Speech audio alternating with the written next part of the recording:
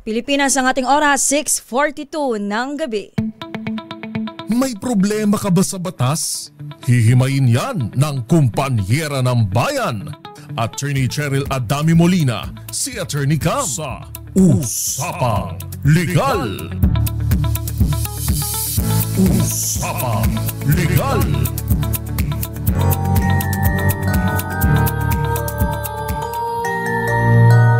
Ligtas Undas 2025 DZRH Special Coverage.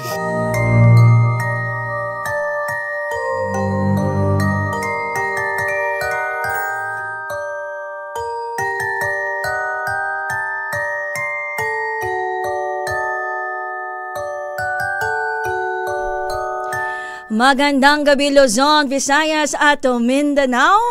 Magandang gabi Pilipinas. Minus po muna si Attorney Cheryl Adami Molina, si Attorney Cam. Mga kasama sa isang oras na usapang legal. Pero hindi muna natin pag-uusapan ang mga legal na usapin ngayong gabi. October 31, 2025, bisperas ng Undas. Mga kasama po sa isang oras na kwentuhan. Ako po si Josa Cruzat. At ito naman po si Wina Pearl Hesoro. At ako naman po si Sofia Gans. Nag-uulat para sa DZRH, una sa Pilipinas. Una sa Pilipino.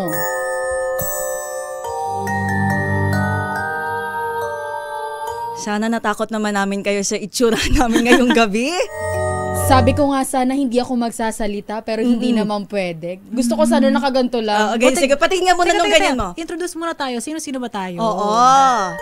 My name is Chucky. Wanna play? Heidi Ho. Di ba? Yung mga batang 90s dyan, I'm sure aware kung sino si Chucky. And syempre yung mga kabataan ngayon, dahil meron namang mga Chucky movies nowadays pa rin, tuloy-tuloy pa rin yan, ay hindi nawawala sa kanila ang hindi nila alam. Ano yun? Malimutan? Yun, parang ganyan. Nasa dulo ng dila ko eh. Patingin. Kumbaga parang aware pa rin sila kung sino si Chucky doll. And I'm sure hinahanap nila ang Bride of Chucky. Pero hindi po Bride of Chucky ang kasama natin for tonight. Wag ho kayong malilito dyan ha. Ako lang po to. Si Wina lang po ito. Si Wina ng Sorsogon lang yan. Ngayon po ako po muna si Emily. Pero hindi po Emily in Paris. Emily in Pasay. Uy, pero sure, ikwento mo kung sinong peg mo tonight. Ay, si Emily nga po, yung Corpse Bride. Bakit naman Corpse Bride ang napili? Kasi wala na akong ibang choice. Sabi ng mga kasamahan ko dito, sige na, mag-Corpse Bride ka na lang, mag-Corpse Bride ka na lang. Oo, para laban ang iyong mata. Ako naman, bilang masunuring bata, sabi ko, sige po, sige, okay na po yun Nagbunga sa akin. din naman ang pagiging Nagbunga din masunuring. naman. Sa mga nakikinig at nanonood kanina, o mga nakinig at nanood kanina sa Damdaming Bayan, abay may nanalo na po sa amin. Diba? Pero po ako yun. hindi po namin sasabihin kasi bitter po kami. Oo. Maraming salamat po kay Lakay at sa lahat ng aming sponsor. Yes. Diba? Mamaya pag marami pa tayong oras, isa-isahin natin yung mga yan. Tsaka yung ambag nila. Huwag na natin pag-ina ng ambag. Alam mo ganito, Tita Morley, Cordon Blue. Itemized list pala. Sir Henry, Menudo. Binagoong. Gano'n pala yun. At syempre, hindi naman mawawala yung mga super bagets natin for today. Siguradong kilalang-kilala kung sino ang peg ni Sofia Gans for tonight. Ako pala yung props ko sa labas. Okay lang yan. Sige, introduce yourself. Ako ay si Mirabel Madrigal. Nagtatagalog na si Mirabel. Di ba, ano ba yan? Spanish? Oo, ano sila eh. Isa silang pamilya na nabigyan ng gift. Marami sila iba't ibang gift. Bawat member. Bawa si Tia Pepa, siya yung sa weather. Yes. Tapos yung kapatid ko, si Luisa, siya yung strong woman. Ayun. Anong pangalan ng isa? Yung maganda yung Gandara. Si Gandara. Si Gandara. Isabel. Thank you so much. Si Isabel, siya yung ako. Wala. Nga. Uy, maganda naman ang boses mo. Sample naman natin. Welcome to the family, Madrigal. Diba? Uy, pero hindi nadala ng talent ni Sofia Gans kanina. Hindi ko kasi kailangan. Ang galing kasi ng Corpse Bride sa tabi ko eh. Of course. Natalo I love you, Victor. Kasi walang power si Mirabel. Kaya natalo siya ng Corpse Bride. Sa movie, chapuera pa in real life. Kaya, uy, huwag naman ganyan.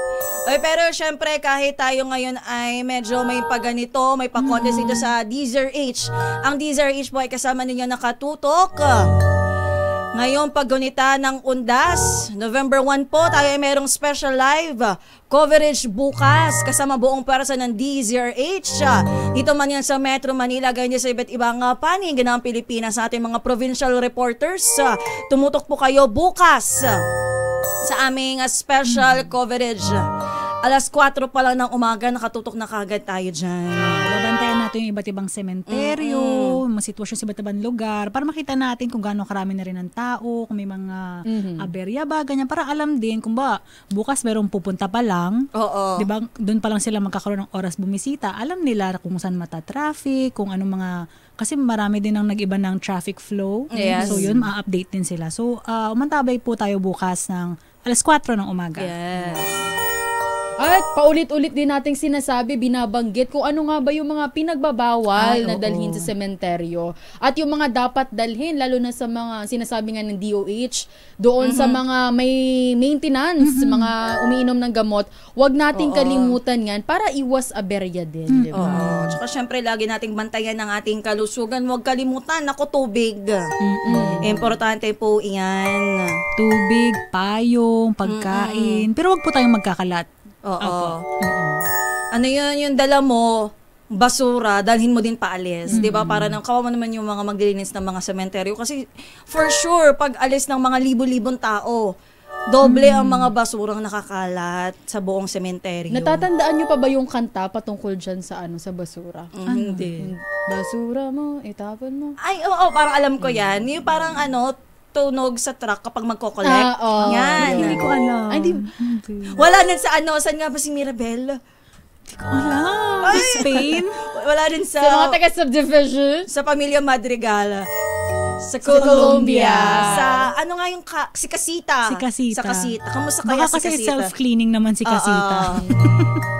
Siya naglilinis na kanyang sarili. Pag may tinapon si Mirabel sa panabi, kinukuha lang din niya. Naka-Clego pala siya, no? Oo. Pero meron tayong mga nakalatag na usapin for later. Medyo parang balikan natin kung ano yung mga pamahiin na kalakihan natin. Medyo parang alam na naman natin to, pero why not? Kasi medyo parang pasok siya sa tema natin for tonight dahil nakaganto na din tayong costume. Pero syempre, bantay sarado pa rin natin ang mga sementeryo. Si kasamahang RH27 Noche kakas na sa Manila North Cemetery. Makikibalita tayo dyan kung gano'n na ba kadami, kung hanggang anong oras ba bukas tonight ang Manila North Cemetery. Tsaka syempre nandun ang ating buong pwersa ng DZRH Operation Tulong. Na ngayong gabi pa lamang, bisperas, nakabantay na kagad dun. Ako. Kanina umaga pa. Hanggang simula kanina umaga pa. Yun. Andun na sila. Si Aiza Gabriel, nakakailang update na siya sa atin maghapon talaga. So, walang pagod talaga ang Operation Tulong sa pagdating sa ganitong mga occasion. Yes. Sa pangunguna syempre ni Wonder Woman, Miss May Binauhan. Makikibalita tayo dyan sa Manila North Cemetery. Sa ating pagbabalikan, tsaka syempre yung nabanggit ko kanina, yung mga pamahiin, tsaka yung dito. Although alam na natin, medyo pinag-aralan din natin to, may ganitong pasok sa isang subject to, di ba? Tsaka nakalakayan natin, kahit hindi tinuturo sa eskwelahan.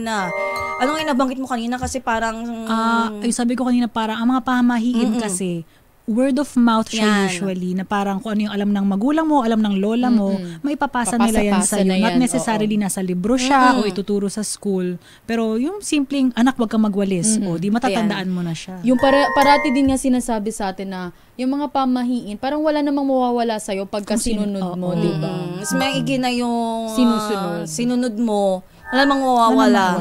Diba? Wala rin namang epekto sa'yo kung sundin mo. Para ngayong Biyernes, ito usapang undas tayo. Hindi usapang legal, usapang undas.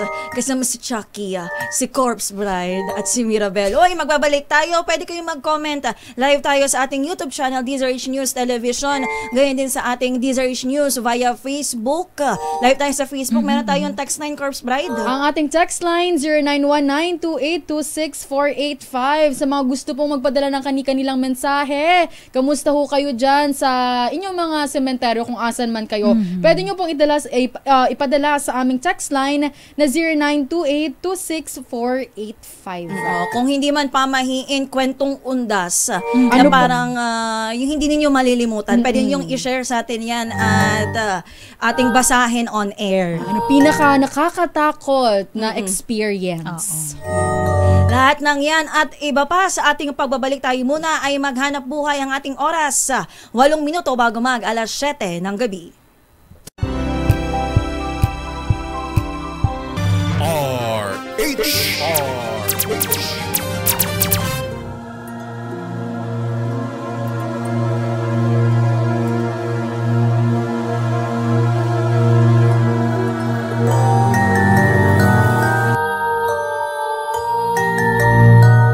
Ligtas Undas 2025 DZRH Special Coverage.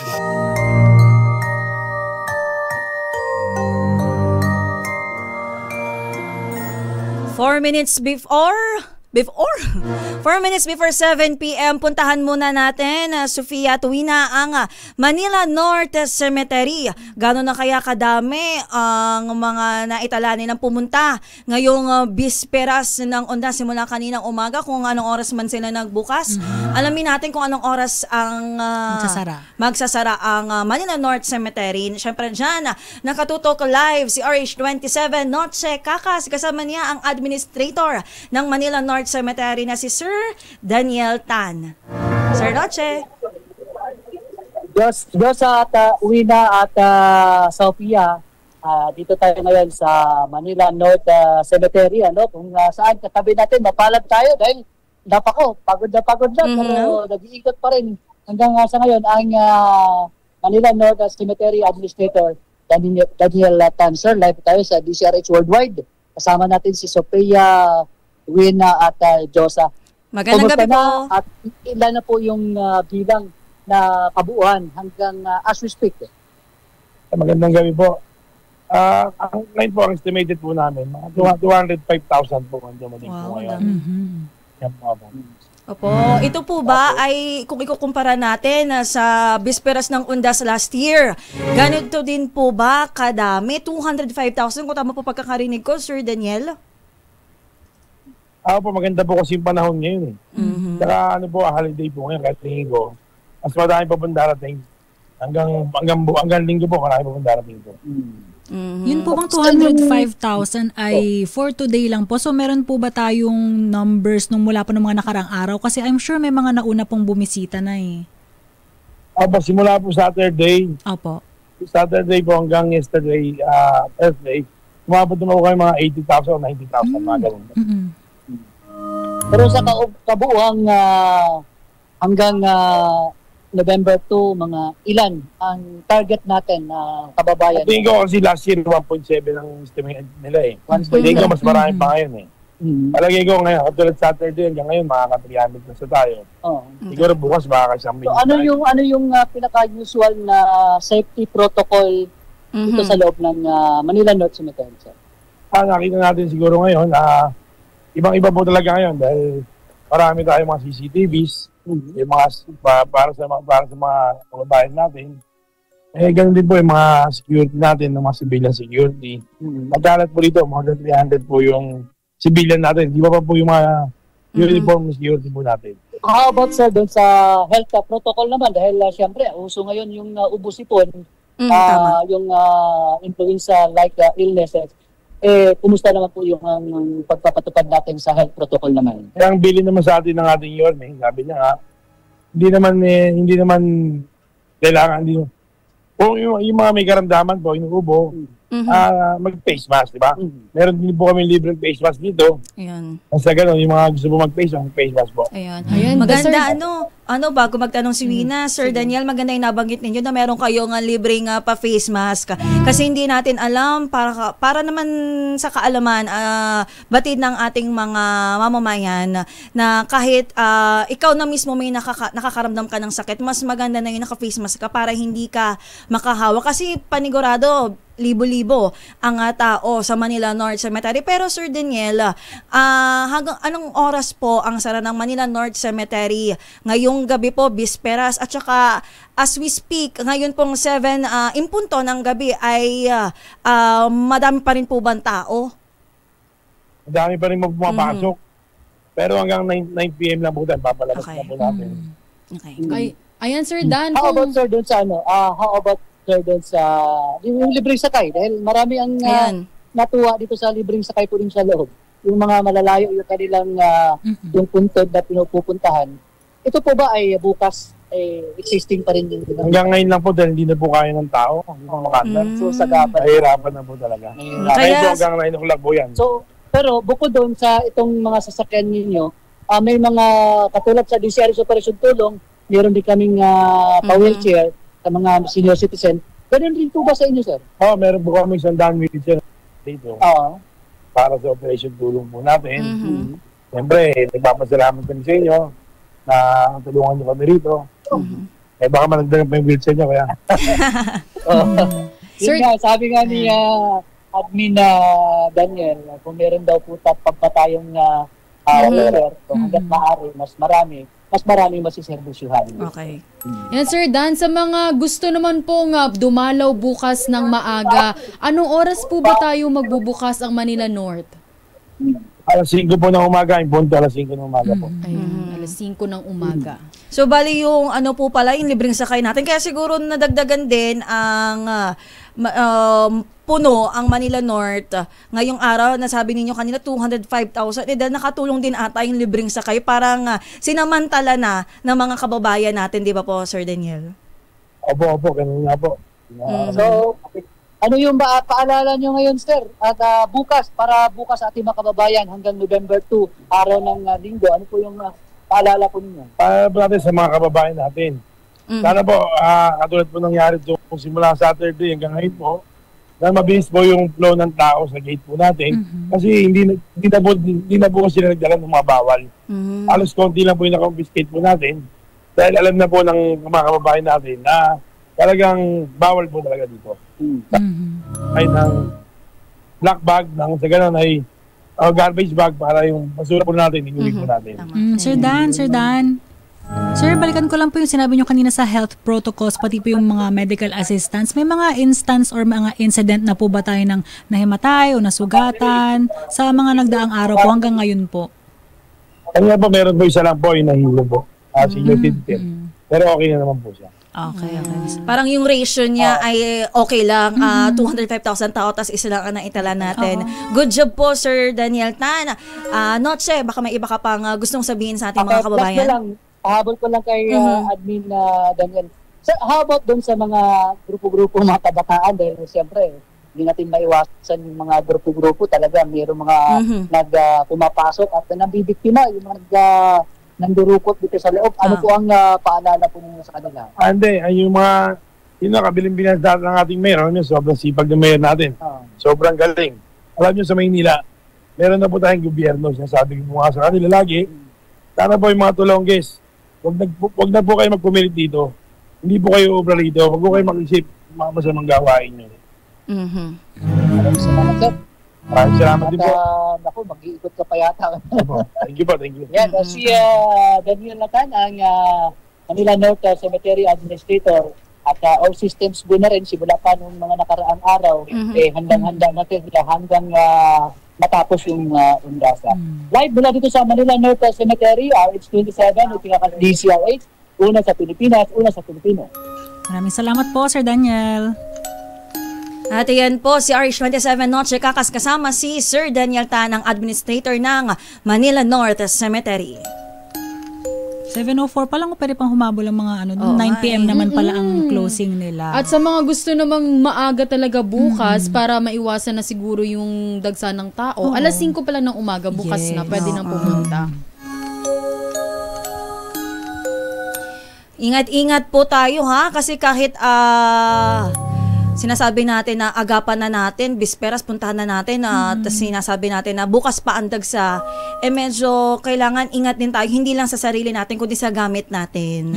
Kasi dito, kahit sa siksikan na yan, dyan yung mga nananamantala, di ba?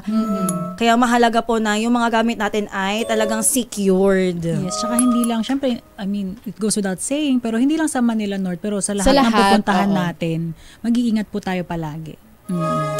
Alright, puntahan natin ang ating topic for today. Ito yung nabanggit natin kanina, pasadahan lang natin kasi medyo parang feel natin tonight, di ba? Yung mga pamahiin, hindi lang, pero pinakang tututukan natin yung tuwing undas. Kasi di ba parang super familiar naman na tayo dun sa mga pamahiin kapag may patay o may burol. Number 1, alam natin bawal magwalis o maglinis ng bahay. Di ba? Sinasabing batay sa aming nakalap, baka raw mawalis o mapaalis ang mga kaluluwang bumibisita sa tahanan. Ang pangalawa dyan, bawal daw mag-ingay o magsaya sa sementeryo. Parang ito yung parang lagi natin naririnig. Kasunod ng bawal magwalis, di ba? Kasi nga ang undas nga ay araw ng paggunita sa Yumao. Hindi ito itinuturing na araw ng kasiyahan. Di ba nga, isa sa mga ipinagbabawal sa mga sementeryo ay yung speaker, pagbividyoke. Inuman, bawal magdala ng alcohol. Kasi syempre, pagka may rowdy ka, di ba? Parang kasiyahan. Although kasi meron kasi mga pamilya din natin masabi kung gusto kasi nila i-celebrate yung naging buhay, yung memories nila with their loved ones. 'Di ba? Kanya-kanya din naman kasi yan. Kaya yung iba, 'di ba? Bawa pag birthday, pinupuntahan nila yung punto, tapos nagsasalo-salo sila doon. Oo, respect na rin sa mga nasa paligid mo. Pero kasi 'di ba, tsaka itong undas, parang aside sa Pasko at New Year, ang undas din doon nagtitipon-tipon ang pamilya. So parang ang tendency niyan sa pamilya nagkakasiyahan sila. Parang reunion. Yan, mini reunion na din bago Pasko. Ang isa pa nating pamahiin, kapag daw po umuulan sa undas, blessed daw po yung mga kaluluwa. Kasi ito raw, ang ulan daw po ay simbolo ng pag-asa, ng biyaya at proteksyon mula sa langit. Parang ngayon ko lang to narinig. Bakit? Kasi parang kapag umuulan, nakasimangot ng everyone, di ba? Iba na kasi. Umuulan na naman. Diba? Pero ang pamahiin natin, blessed daw ang mga kaluluwa. Kamot ulo na naman, may binabantay ang LPA na naman, ang pag-asa. Diba? Nakabangon na ba ang lahat sa mga kalamidad nitong mga nakaraan? Sunod-sunod na bagyo, paglindol. Diba? Kaya minsan mapapakamot ka na lang pag umuulan. Pero as per the pamahiin, pag umulan sa undas ay blessed. Parang din, parang sa kasal, sa amin, di ko alam sa inyo ha. Saan yan? Sa Sorsogon? Sa Sorsogon, na parang sinasabi, pagka kinasal, tapos umulan, bine-bless kayo ni Lord. Sabi. Di ko alam kung pati sa inyo ba, o sa amin lang yon. Ito pa, isa nating nakalap na pamahiin. Ito, ginagawa ito ng lahat. Ginagawa namin ito. Kasi kami sa may amin, dyan sa Lucena City, sobrang layo ng mga yumao namin, nasa probinsya pa, parang nasa pasilangan pa ng Quezon Province. So, ang tendency, ginagawa namin, kapag sasalubungin namin ang undas, so madaling araw, magtitiri kami ng kandila. Tapos kasi may listahan kami nung mga dead loved ones namin. Kahit hindi namin direct bawa hindi namin direct na family. Yan. Bawa ay tiyuhin, tapos close family friend. Mga second cousin na, gano'n. Nililisa namin yan. So, ang dami niya talaga, kaya ang dami namin nakatirik na kandila. Pero kailangan mo bantayan yun, ha? Kasi baka mag-cause din yun ng sunog. Sa pagsunod natin sa mga pamahiin, kailangan din natin maging maingat. Yes, maging alerto, sumunod sa mga safety precautions. Yung katulad na nabanggit ko nga, pwede din mag-iwan ng pagkain. Sa amin kasi nakasanayan namin magtirik ng kandila Parang kung ilan yung yumao. Kasi ito ay parang alay mo para sa kanila. Diba? Pero may ilang nagbabawal na rin nun, ilang sementeryo. Baka Inimbento ko lang. Pero kahapon Pero yung interview ng Damdaming Oo. Bayan, 'di ba, sa isang sa dalawa pala sila. Ang sinasabi nila, pagka dumalaw ka daw sa puntod tapos nag-alay ka, wag na wag niyong kakainin kung Ayun. ano man yung inialay Inialay na mo. pagkain. Kasi may tendency din na habulin ka nung inalayan nung pagkain, 'di ba? Kasi para sa kanila yun ba't mo kakainin? Oo. Tulad ng nabanggit natin, ang sabi dito, ang pag-aalay ng pagkain o pagtirik ng kandila sa altar o puntod ng inyong yumaong mga mahal sa buhay ay paraan ng pagbibigay pugay at syempre pag-alala sa mga yumao at paniniwala na nakatulong sa kanilang kaluluwa. Yan, ang susunod natin dyan na pamahiin, huwag maghatid ng kandila pauwi mula sa sementeryo. Uy, ito ngayon ko lang to narinig. Ako din. Ito kasi ay pinaniniwalaan daw na maaaring may kaluluwang sumunod pa uwi sa nagdadala nito. Pero ang kahalintulad niya yung kapag dumalo ka sa wake. Bawal, oo. Magpagpag ka Candies, muna. pagkain. Maliban sa biscuit, pagpagpag, oo. bawal din magbaon ng pagkain bawal from ka that mag-uwi wake, na. di ba? Bawal. So siguro parang ganito din to, kahalintulad. Siyempre yung kandila ay nandoon, iaalay mo. Oo. Siguro similar siya dun sa pagkain na para kasi sa kanila yun. Ba't mo kukunin? kaya siguro andalhin, kung magdadala ka man ng kandila sa sementeryo, itirik mo na Tirik lahat lahat. para walang Sindihan na matira. lahat. Kasi di ba mga Pilipino, uy, pwede pa to sa susunod or pag nag-brown out tayo for emergency. Maganda na lang siguro kung ano yung dadalhin natin sa sementeryo ay yung sapat lang para sa yumao natin. Para wala na tayo, wala namang mawawala kung susundin natin, di ba? O dahil lang sunod-sunod yung pamahiin natin about sa mga sumusunod na kaluluwa. Ito namang next, ang sabi bawal daw pong maligo kapag umuwi ka galing sa sementeryo. Kailangan maghintay ka raw muna ng ilang sandali bago maligo para hindi ka masundan ng kaluluwa. Ganon. Parang kayo ko lang din narinig yun. Alam ko, bawal maligo agad muna kasi galing ka Galing sa ka pagod. sa labas. Or sa labas, di ba? Ito For na- health. Pero iba pala yan. Itong susunod natin, feeling ko lahat naman tayo dito nakaka-relate. Yung ipinagbabawal na maglaro tayo o tumakbo sa sementeryo. Kasi nga sabi, pinaniniwalaan na baka madapa o magulat sa presensya ng mga kaluluwa na umaaligid. Diba? So yung mga naglalaro yung magugulat, hindi yung kaluluwa yung madidisturb. Tama ba? Ganun ang pagkakaintindi ko. Oo. Uy, baka kasi mamaya, di ba? Siyempre, parang... Nasa ako, na sila tahimik sila. Tsaka nandun ka sa place nila Oo nga naman. So pagka maingay ka, ay sila ang may istorbo mo. Oo. So ikaw ang gugulatin nila. isa pa sa ating mga pamahiin. Rar. Iwasan daw po magsuot ng matingkad na kulay, lalo na ang pula. Naririnig ko lang to tuwing burol or Ako libing. din, oo. Sinasabing nakakaangkit ito ng masasamang espiritu o hindi ka nais-nais na enerhiya. Ako, okay lang dyan. Wala naman akong pulang damit. Suot mo, may pula ngayon. Ay, ito. Kasi Chucky wanna play. Chucky, alam mo tong susunod natin, ngayon ko lang to na narinig. Alin yan? Sige. Sabi ay kapag naamoy mo ang kandilang amoy tao, may kaluluwang dumadalaw. Ngayon ko lang to narinig. Ano yung kandilang amoy tao? Yun nga, ano ba ang kandilang amoy tao? Siguro- Scented candle? Siguro yung kandila na Nagamit ginagamit na? sa burol. Ano ko maintindihan? Ano sabi? Baka pwedeng matulungan tayo ng Bakit comments. daw? Kasi nga, ito raw ay senyales na may kaluluwang gustong magparamdam o magpasalamat. Sana magpasalamat na lang. Oo, at ito isa pa ay relevant sa atin ito. Sana!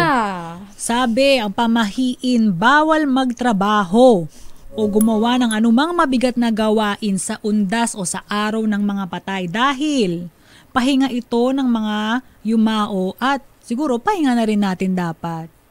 Pero, Time natin yan kasi para magdasal para sa kanila eh. Magnilay-nilay. Baka naman ang ibig sabihin dito ay yung wag mag-general cleaning. Oo, baka. Kamag-anak ng bawal maglinis. Diba? baka ang ibig sabihin lang niya ay hindi naman sa bawal magtrabaho pero mag-allot ka ng oras, Yeah. para to pay respects dun sa mga yumao. Baka yun ang ibig sabihin. Siguro parang wag na lang natin i-exhaust yung sarili natin no, bukas. Parang mas madaming oras bukas iali natin. Kung hindi tayo makakapunta ng Puntod, maalala natin sila. Oo. Ano lang naman to, isang beses sa isang taon. Biglang ko natakot doon sa screen. Ako pala yun. Sabi ni Ma'am Teresita Atienza, noong nasa Caloocan pa daw siya, sa public cemetery daw sila dinadalaw. Doon daw nakalibing yung kanyang nanay. Pero inilipat ko na libingan niya sa Manila Memorial Park. Kasama daw ang kanyang tatay. Uy, Ma'am Teresita, nakabisita ka na ba sa Puntod ng iyong mga yumaong minamahal sa buhay?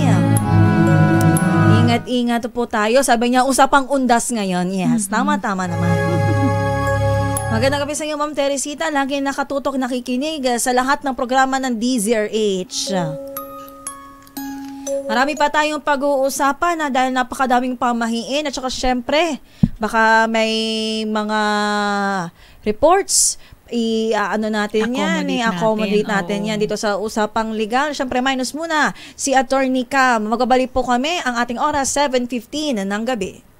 This time check is brought to you by ACS.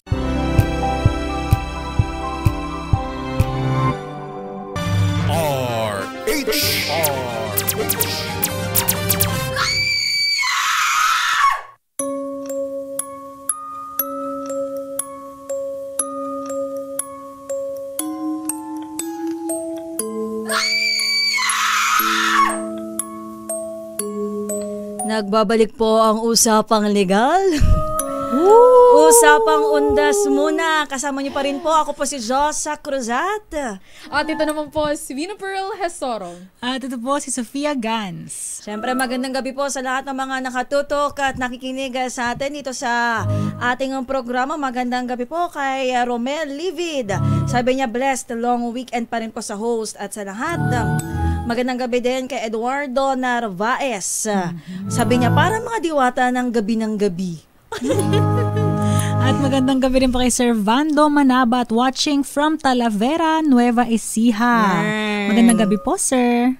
Magandang gabi din po sa mga nakatutok sa ating YouTube live kay Ma'am Teresita Atienza. Sabi niya ay after undas na daw sila dadalaw para maluwag na daw sa Oo, may ganun nga rin.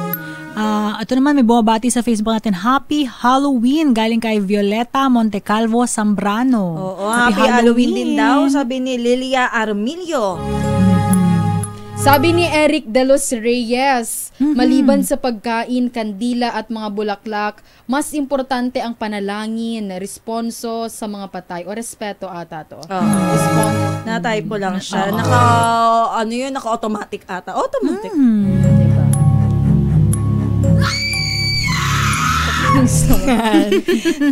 Cute lang kasi ako dyan. O yung mga pwede nyo sabihin sa amin kung yung mga nabanggit namin kanina ay pinaniniwalaan nyo rin o parang ginagawa nyo din. Kasi nga nabanggit namin kanina na wala namang masama kung tayo ay susunod. Ang mahalaga ay narespeto natin. Kasi parang pamahiin kasi culture tradition na siya in a way, diba?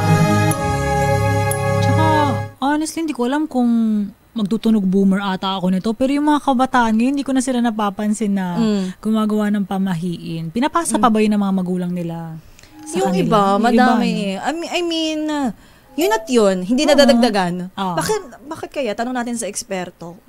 Diba? Kung meron bang parang studies yan, para masabi natin na talagang salin dila, parang ganyan. Oo, hindi, tsaka maisip mo rin saan ang galing, saan nag-umpisa yung pamahiin. Sabi ni Lavinia Tamina, nirestart daw niya yung computer niya.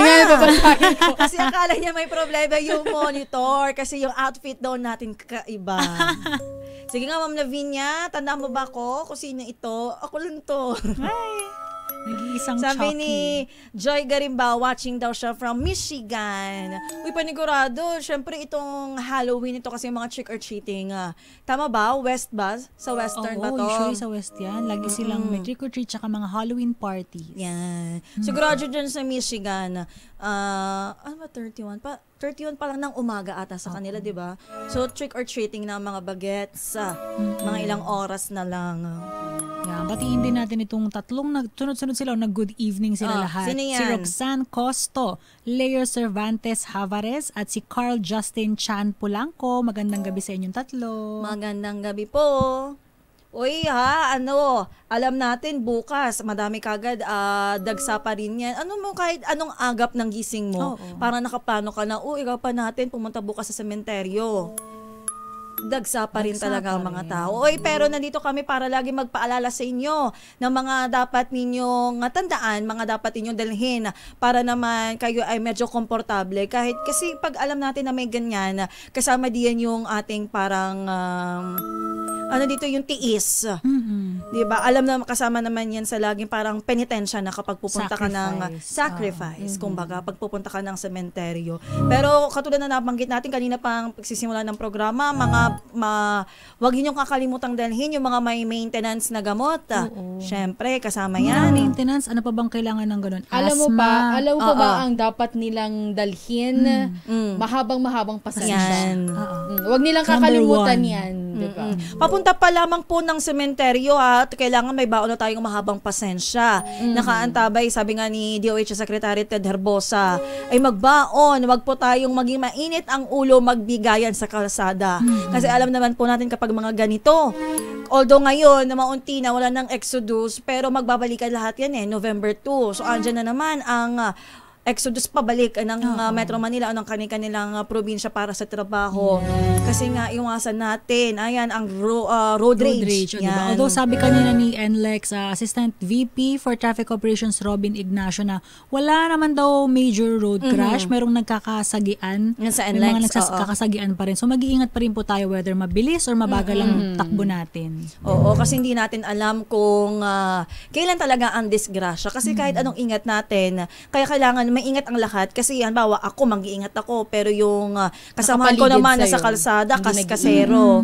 Diba? Diyan magmumula ang aksidente na dapat natin iwasan hangga't maaari. Kasi tayo ay pupunta sa ating mga yumaong mahal sa buhay. Kailangan walang magkaroon ng aberya. Ilaan natin ang oras. Huwag tayong maging mainit ang ulo, magbaon ng mahabang pasensya. Ilaan natin ang buong araw na iyon para sa ating mga mahal sa buhay na yumao. Para alalahanin natin sila, yung mga good memories na kasama natin sila. Kayo ba, may mga previous experience ba kayo ng undas? Ano bang mga usually ginagawa? Ako kasi nakakapunta na ako ng cemetery if may kamag-anak ako na parang ililibing. Pero kapag sinabi natin yung pinupuntahan mo siya every undas, dahil nga malayo ang Lucena, malawak kasi ang Quezon, yung akong kamag-anak sa father side, nakalibing sila sa bayan ng Ginyangan, sila lola, lolo. Medyo mahirap namin siya puntahan. Madami kami. Usually si Papa lang minsan ang pumupunta doon. Kasama niya yung kanyang mga kapatid, yung mga iba pang kamag-anak. Yung sa mother side ko naman sa North Cotabato pa. So napakalayo pa talaga. Mahirap. Ikaw, Pearl. Kami ay noong andun pa ako sa Bicol. Every year talaga kami pumupunta ng sementeryo tuwing undas. Although hindi lang tuwing undas, pagka birthday nung mga lolo't lola na namatay na. Pero tuwing undas, practice talaga namin yan na dinadalaw namin sila. So nakikipagsabayan kayo sa kasi pag probinsya naman kasi hindi naman siya pareho dito na sobrang dami talaga. Pag sa probinsya naman talaga, hindi mo mafe-feel na madaming tao, ganyan, siksikan. Tapos, hinahati na lang namin ang oras namin kasi sa father side ay nasa city, tapos yung mother side naman ay nasa probinsya. So, kailangan mag-alat ng time para pareho, both side, mapuntahan sila. Diba? How about you? Yung sa amin kasi, usually, ang mother at ang father ko lang ang napunta. Usually, a few days before November 1, umiiwas din sila dun sa dagsanang tao. So, wala akong masyadong kapag undas. So, hoping kami na one of these years, magkakasama na kami pag undas. Si Lola kasi, usually ang pinupuntahan ni Mama ay yung mother niya. So, si Lola ko, sa Batangas siya nakalibing. Although hindi naman siya ganun kalayo compared sa mga probinsya niyo. Pero medyo pa rin puntahan. Siyempre, kailangan mag-alat ka pa rin ng maraming oras. Yes. Diba? Panigurado, pagbalik ng mga kababayan natin, ano na yung magbabalik ang mga artista? Mga main character. Mga main character sa Metro Manila. Andiyan na naman ang traffic. Alam mo ngayon, pwede ka pang sumayong-sayo dyan eh. Kasi medyo may kaluwagan pa. Di Pwede ba? pa tayong parang may laban si Pacquiao. Pwede pa tayong magbalikan sa Baguio. No, Oo, na. di ba? Di ba kapag may laban si pambansang kamao, ay parang sarado. Walang mga sasakyan sa kalsada. Pero pagkatapos mga November 2, andyan ang mga artista. Andiyan na ulit ang mga performative. Buti na talaga hindi ako umuwi. Buti na tayo mo eh. Baka? Oy, pero kahit ano, dami naming paalala sa lahat na nakatutok sa atin, pero lagi nating tandaan na maging may ingat po tayo at maging alerto. Maganda pa rin na tayo ay ligtas, gayon din ang ating pamilya. Ligtas tayong pupunta sa sementeryo, ligtas din tayo makakabalik sa ating mga tahanan. Ubos na ang ating oras, 1 minuto bago mag 7:30 ng gabi. Inyong nakasama sa Usapang Undas. Usapang legal, minus muna. Hindi natin nakasama. Siguro na-save nila yung kanilang mga questions kay Attorney Cam. Sasagutin lahat yan ni Attorney Cam sa Lunes. Makakasama ulit ninyo si Attorney Cheryl Adami Molina sa Lunes. Pero partner, MWF. pero Beshi, tawag nito, pasadahan ko lang. Kasi go ahead. nagpapabati ang aking kuya. Yan. Congratulations! Dahil successful ang kanilang race noong last Sunday, ang Sorsogon Q Prix 2025. Ang UB Racing, B-Works, and BWRT. Congratulations! Dahil dyan, Paborito mo na yan. makakasama ninyo every Mondays, Wednesdays, and Fridays Attorney Cheryl Adami Molina. Next week, sa mga susunod na linggo, Tuesday, Thursday naman si Attorney Rina Seco. Pero sa ngayon, magpapaalam muna kami. Ang humalili kay Attorney Cam, ako po si Josa Cruzat. Ito naman po si Wina Pearl Hesoro. At ako naman po si Sofia Gans. Para sa DZRH, una sa Pilipinas. Una sa Pilipino. Susunod na po, usapang pangkalusugan na Lunas ang ating oras, 7:30 ng gabi.